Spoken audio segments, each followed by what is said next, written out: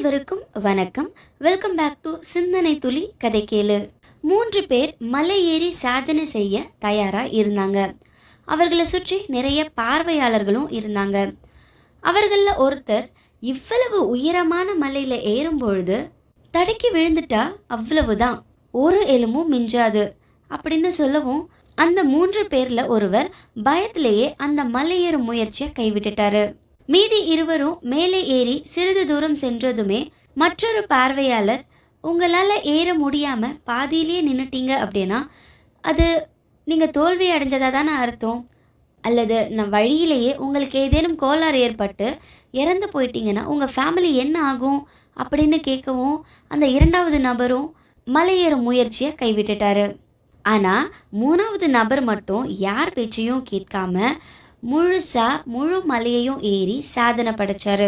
பிறகு மக்கள் எல்லாரும், எப்படி உங்களால் மட்டும் சாதிக்க முடிஞ்சது? இங்கே எல்லாரும் எதிர்மறையாக பேசினாலும் அனைத்தையும் தாண்டி நீங்கள் அடைந்த வெற்றியின் ரகசியம்தான் என்ன அப்படின்னு கேட்டாங்க. அதற்கு அந்த மனிதர் தன் காதுகளில் இருந்த வயர்லெஸ் ப்ளூடூத் ஹெட்செட்டை கழட்டிட்டு, என்ன கேட்டீங்க, திரும்ப ஒரு முறை கேளுங்க அப்படின்னு சொன்னார். அதாவது அவர் காதுகளில் ஹெட்செட் இருந்ததால் அவரை சுற்றி இருந்தவங்க என்ன பேசினாங்க அப்படிங்கிறது அவருக்கு கேட்கவே இல்லை. அதனால் அவரை சுற்றி டீமோட்டிவேட் பண்ணி, அதாவது எதிர்மறையாக பேசினவர்களோட விமர்சனங்களும் அவர் காதுக்கு எட்டலை. அதனால தான் அவரால் அந்த சாதனையை செய்ய முடிஞ்சது.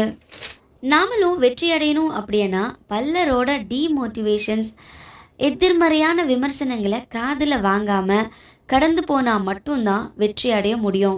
பல நேரங்களில் நம்ம சுற்றி இருக்கிற சொந்த பந்தங்களும் உறவுக்காரங்களும் என் ஃப்ரெண்ட்ஸுமே நம்மளை முன்னேற விடாமல் அக்கறைங்கிற பேரில் முட்டுக்கட்டையாக நிற்பாங்க. எதிர்மறையாகவே பேசி நம்மளோட முன்னேற்றத்துக்கு முட்டுக்கட்டையாக இருக்கிறவங்கள நம்ம அருகிலேயே சேர்க்காமல் இருக்கிறது தான் சிறந்தது. பேசி வெறுப்பேற்றினாலும் அவங்க கிட்ட காது கேட்காதவர்கள் போல இருந்துடும்.